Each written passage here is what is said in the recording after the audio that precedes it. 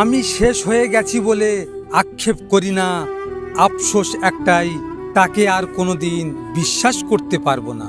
ভয় পেও না জান, আমি তোমার নাম কাউকে বলবো না। মানুষ জানবে আমি নেশায় ধ্বংস হয়েছি, তোমার জন্য না। আমিও তোকে ভুলে যেতাম যদি তোর সৌন্দর্যের প্রেমে পড়তাম।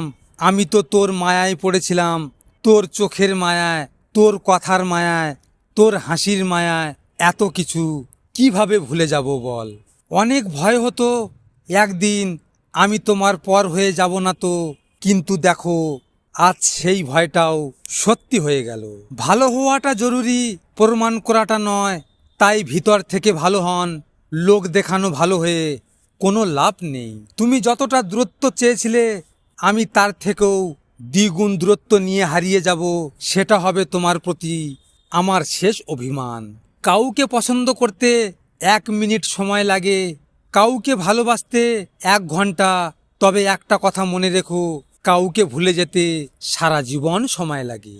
না দেহের মুক্তি মিলছে, না মনের শান্তি মিলছে, শুধু বুকের মধ্যে থাকা এক চাপা যন্ত্রণা প্রতিনিয়ত ছটপট করেই যাচ্ছে। দুঃখ কেবল মন ভাঙে না, মানুষের ভেতরের স্বপ্নগুলোও ধীরে ধীরে মুছে দেয়। এই শহরে ক্ষণিকক্ষণের জন্য হাত ধরা মানুষের অভাব হয় না, অভাব হয় শুধু শেষ পর্যন্ত হাতটা ধরে দাঁড়িয়ে থাকার মানুষের।